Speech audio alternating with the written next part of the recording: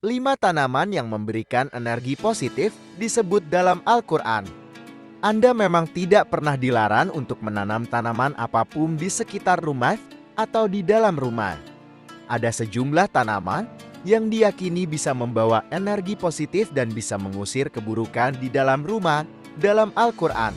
Keburukan-keburukan itu misalnya, energi-energi negatif dari jin hingga sihir.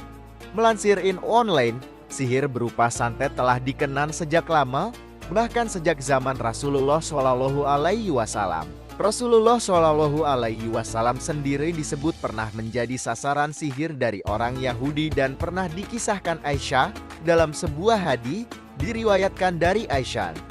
Ia berkata, Nabi pernah disihir hingga beliau dibuat seolah-olah melakukan sesuatu yang tidak dilakukannya. Hingga suatu hari beliau memanggil-manggil. Lalu beliau bertanya, apakah kamu Aisyah tidak merasakan bahwa Allah telah mengabarkan tentang kesembuhanku? 2 orang laki-laki mendatangiku, lalu salah satu dari keduanya duduk di sebelah kepalaku dan satunya di sebelah 2 kakiku. Kemudian, salah satu malaikat mengatakan kepada malaikat lain, apa penyakit laki-laki ini? Terkena sihir. Jawabnya, siapa yang menyihirnya? Labid bin Al-Ash'an. Jawabnya lagi, dengan apa?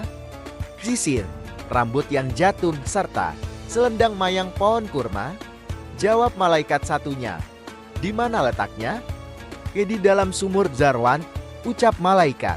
Nabi keluar menuju ke sumur itu, kemudian kembali dan berkata kepada Aisyah, ketika pulang, pohon kurmanya seperti kepala setan.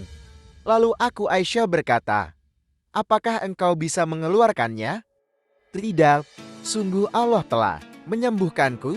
Aku khawatir memberikan kesan buruk kepada orang lain. Kemudian sumur itu dikubur. Hadis riwayat Al-Bukhari dan Muslim. Hingga saat ini, jin dan sihir masih berkembang di sebagian masyarakat. Selain berdoa, Anda juga bisa berikhtiar dengan menanam tanaman yang diyakini bisa membawa energi positif, mencegah datangnya sihir dan jin. Berikut beberapa jenis tanamannya yang ada dalam Al-Quran dan bisa mengusir keburukan. 1. Daun bidara. Pohon dan daun bidara adalah salah satu tanaman yang disebut dalam Al-Quran. Tepatnya di surat Al-Waqiah ayat 27-29. Daun dan pohon bidara diyakini jadi salah satu tanaman yang ditakuti setan dan jin kafir. Bukan hanya itu, tanaman ini juga sangat erat kaitannya dengan perjalanan Isra Mi'raj Nabi Muhammad Shallallahu Alaihi Wasallam. Kurma ajwa.